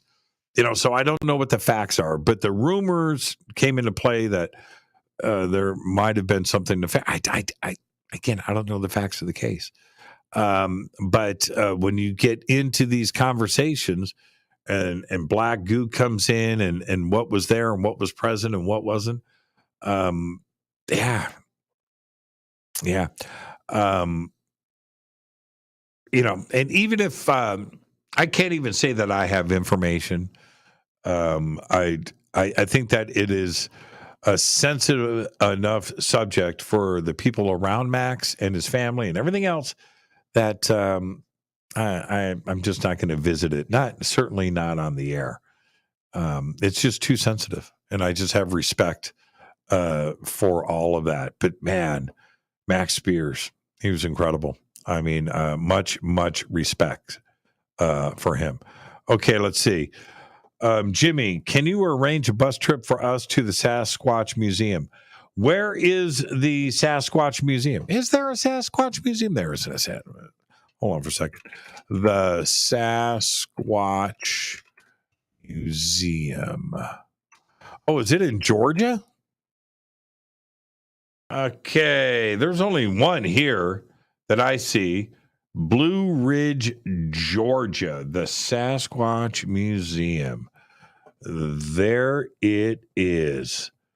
Okay. No, I have. I did not know that this existed, but there it is.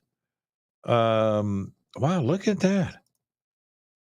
Wow, there it is. Expedition Bigfoot, the Blue Ridge Mountains Travel Guide, and there it is.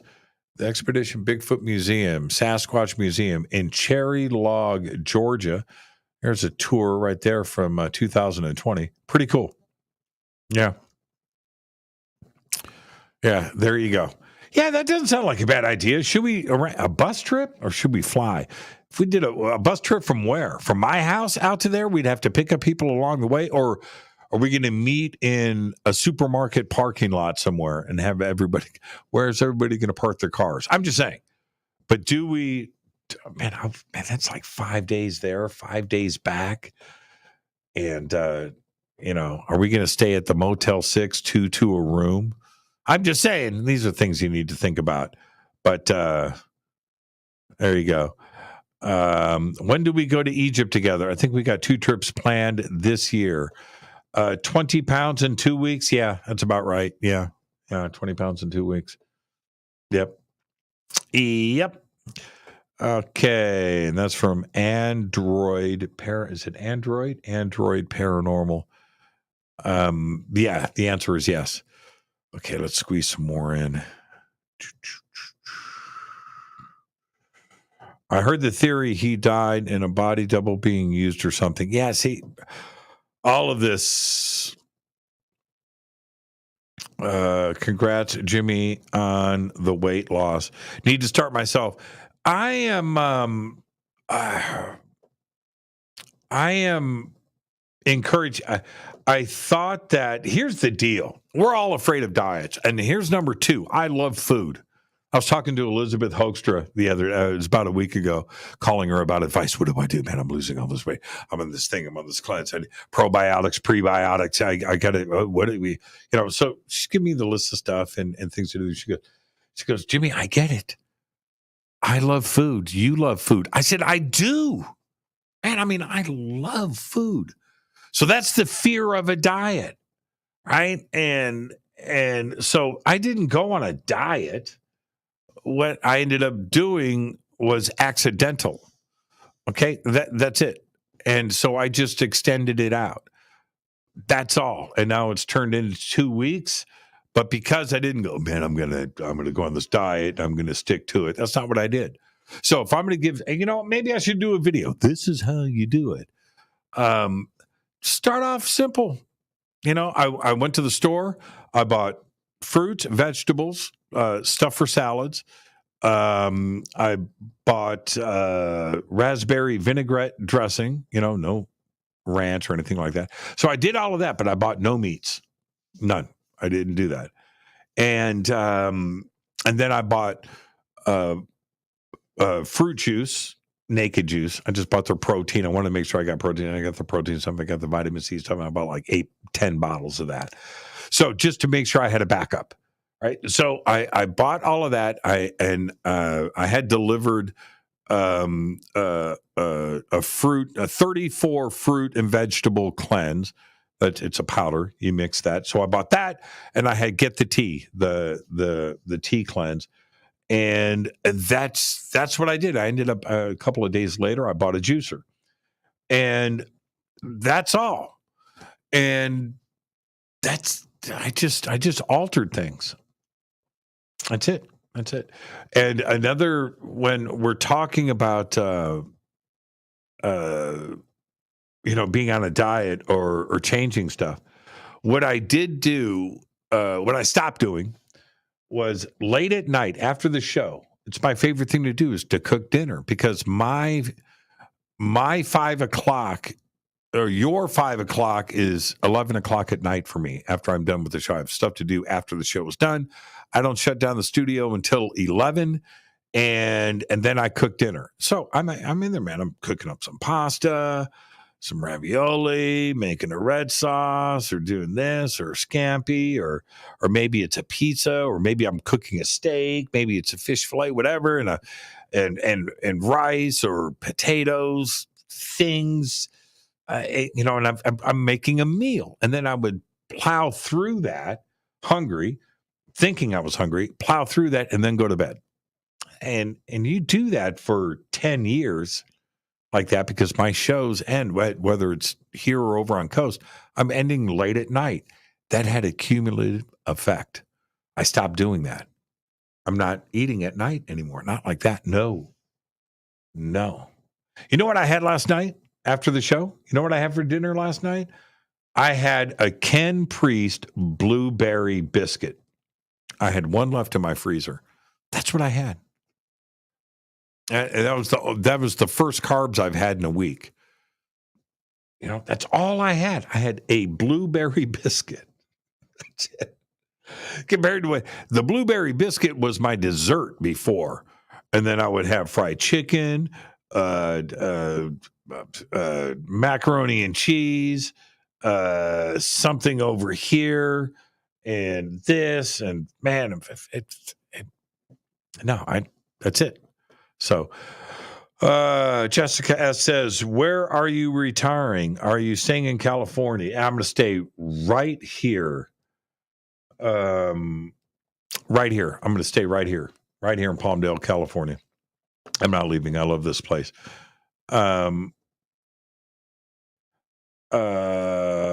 Okay. Jimmy, what do you think of Chaim Eshed from Israel? Who claims the Galactic Federation is real? He didn't claim the Galactic Federation is real, Joel. So let's be clear about a couple of things.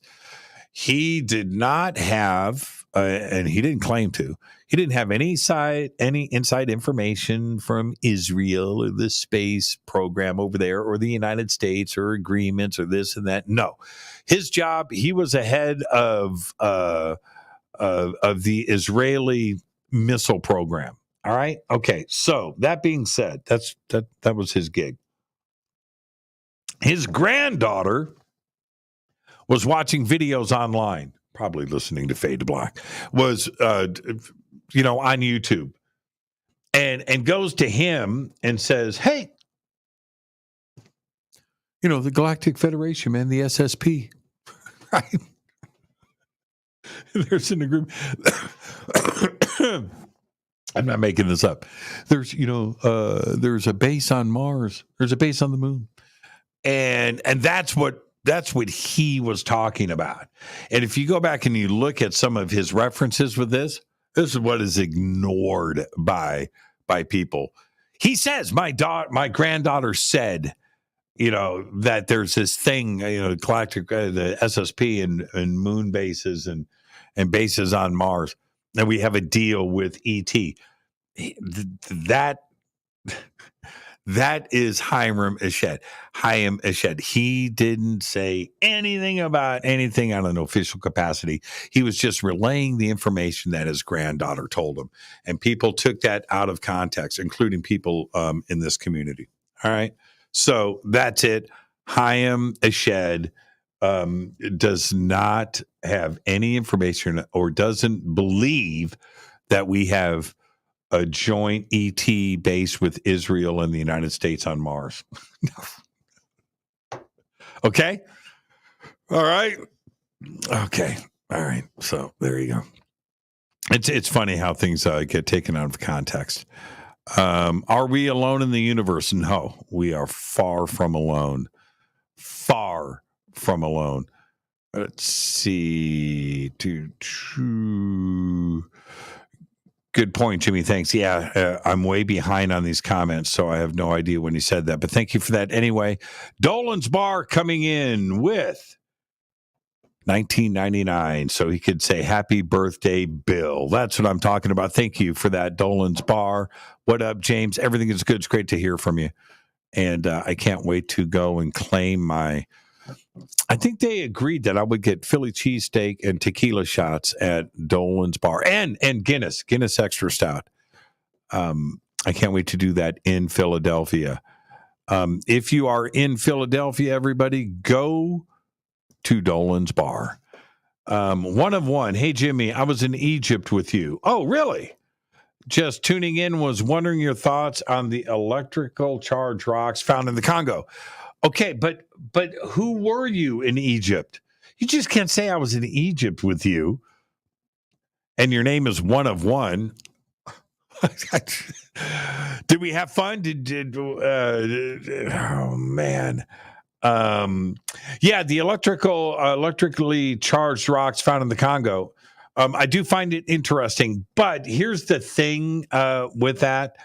Are they meteorites or are they just iron-filled rocks, with a high iron content? I was reading that's probably the possibility with that. But it's certainly interesting. And I've never found anything like that. I've often wondered, when you're walking around and you're looking, and you could be walking over a chunk of meteorite, and who knows the difference? I don't. And I know people walk around with magnets and they see something interesting and pop a magnet on it and they see if it's a meteorite. I don't do that. But this I found interesting, and they're pretty good sized too as well. But I had heard, actually, I think I got it in an email. But I did see a bunch of the comments about that, but somebody sent me the article and then said that they felt that they were just rocks with high iron content.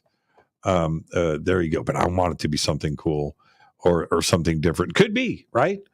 So there you go. Who were you in Egypt? Let me know, unless you don't want to say your name. Why didn't you put your name in here? Because everybody on that tour became friends. So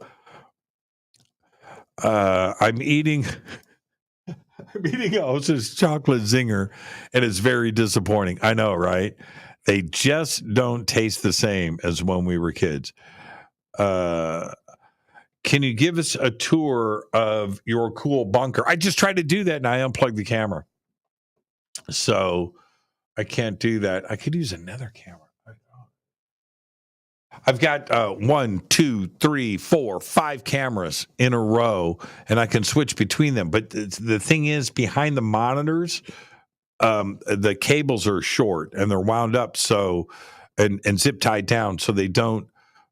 You know what I mean? I can't pick them up and move them around like I used to. Oh, wait a minute. I might have another one. Oh, crap. Hold on a minute. Got this one here. I've got a little one on the stand. I got this one. And this is on a stand. This has got a longer cable. But then I would have to turn off the. Oh, wait. Holy crap. Let me see here. Let me see if I can add an additional camera. Hold on a minute. I think there is a way to extra camera. Okay. Is this it? Is this the extra camera? It is. Oh, holy crap. Okay. I think I can do this, everybody. Hold on a minute. All right.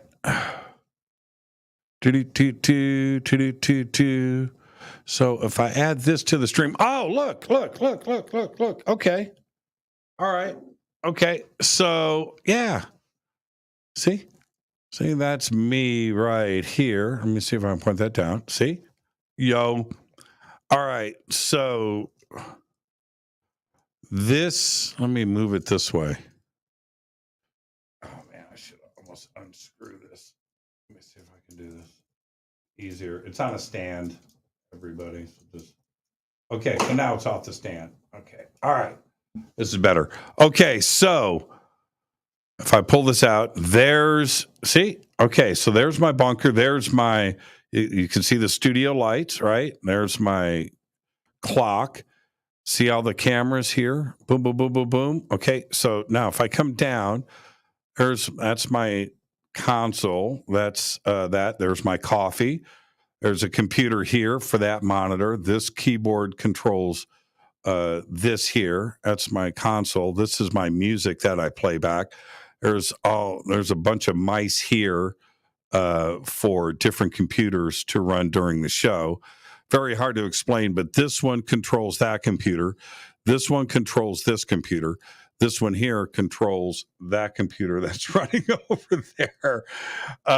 So there you go. Now that's that. Down below here, you can see all of the computers that sit down here. There's my foot controls for racing. Over here are rack-mounted computers here that are controlled by this and that controller here as well. So those are over there. There's another mixing console there that's in addition to this one here. Now, if we come over here, there's my audio interfaces that are feeding out the signal. You can see See how I'm talking? I'm talking. Okay, so that's going out. Down here, you'll see the lights light up. Watch. Hello. So that's what's going on there, and you can see all the meters metering. You see the meters metering. So that's there. And you can see all the crazy amount of cabling that is running in here. You can see it. It's an insane amount of cables. So that's that, and then there's more computer stuff there and interfaces, and then guitars. If I'm going to start, let's start here in front of me. There's a Paul Gilbert. There is a Randy Rhoads. That is a Les Paul. You can see it there.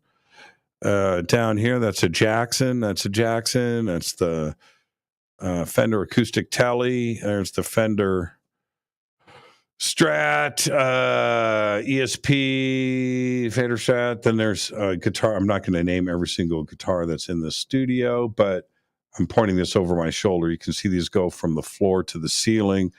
and then they go, and that's me sitting here, and then these go all the way across, back into the corner over there, and then if I come up here, and then back in that corner right over there, see where I'm pointing in that corner, there's another 8 or 10 guitars that go from the ceiling to the floor over in that corner. And so there you go. So that's basically it. And then my amplifiers are down here that I use in here. And that's it. And I think there's a Fender bass down here as well. So there you go. Okay. So is that a good enough tour? Here's my microphone. That's what I use. All right. I'm talking on the air right now. That's the microphone that I use. This is an RE20. And then over here, there's another microphone here on a stand. I use that for different video productions. And then over here is a stack of extra microphones that I use. Here's another computer interface here. That's a 4-channel interface that I use for. Oh, and this is a drum machine that's on a stand. So that is also here. Okay, that's enough. That's enough. So was that complete enough?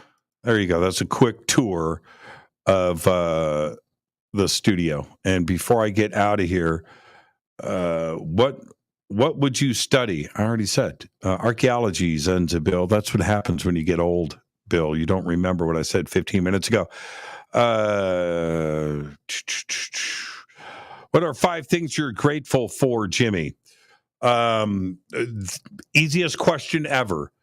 My family, my brothers, my sisters, my daughters, this audience, and friends. Those are the things that I'm thankful for. It's all those intangibles. I'm thankful for relationships. So that's really the truth. I'm so thankful for relationships. I think they're the most important thing. Okay, I'm going to go to the bottom. Let's see if I bring back Rick Doty. Bring back Rick Doty. Okay, let me see what is here. Bring back Rick Doty. Wow. Did you ever have a reel-to-reel and what model? I did. I've had a few reel-to-reels. 16-track, 8-track, 24-track. Yeah. 3M M79. I never had a Studa. MCI. I had an MCI and 3M M79 and Tascam.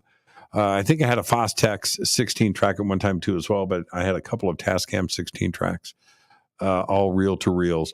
Did you wire your studio? Myself? Yes, I've wired every studio that I've ever had by myself with no help from anybody. I've learned it all. I've got soldering guns, soldering irons, lots of stock cable. You got to build a broadcast station, big room stage. Yeah. It's I actually have that capability. Do you have any new crystals? I do. I've got a couple. I'll show them on the air next week. I've got a couple of big ones. Plus, we've got you got a meteor. They look like I got one. It looks like yours. Yeah, I know. I'm with you on that. I want to get. I've got meteorites. I do. I have some. But I would like to get more. And then tonight, I'm going to go outside and look at Comet 2022. I'm going to ZTF. I'm going to do that tonight, right after the show, because I hear it is now visible with the naked eye. But I've got binoculars and some other stuff.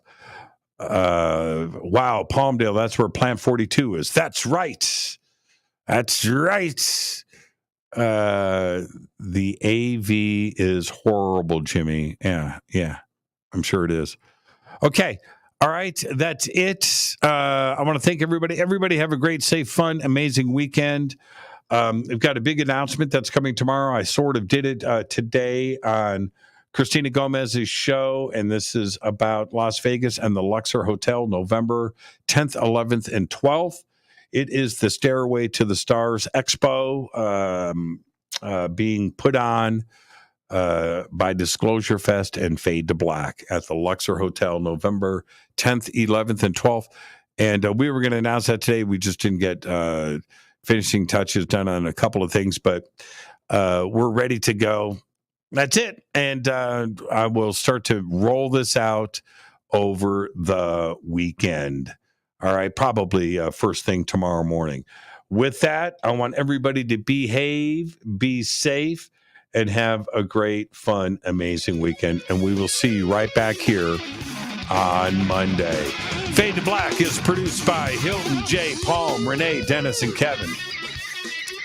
Webmaster is Drew the Geek. Music, Doug Aldrich. Intro, Spaceboy, spaceboymusic.com. Fade to Black is produced by KJCR for the Game Changer Network, and this broadcast is owned and copyrighted 2023 by Fade to Black and the Game Changer Network, Inc. It cannot be rebroadcast, downloaded, copied, or used anywhere in the known universe without written permission from Fade to Black and the Game Changer Network. River Moon Coffee. I'm your host, Jimmy Church. Be safe. Go Backley Tappy.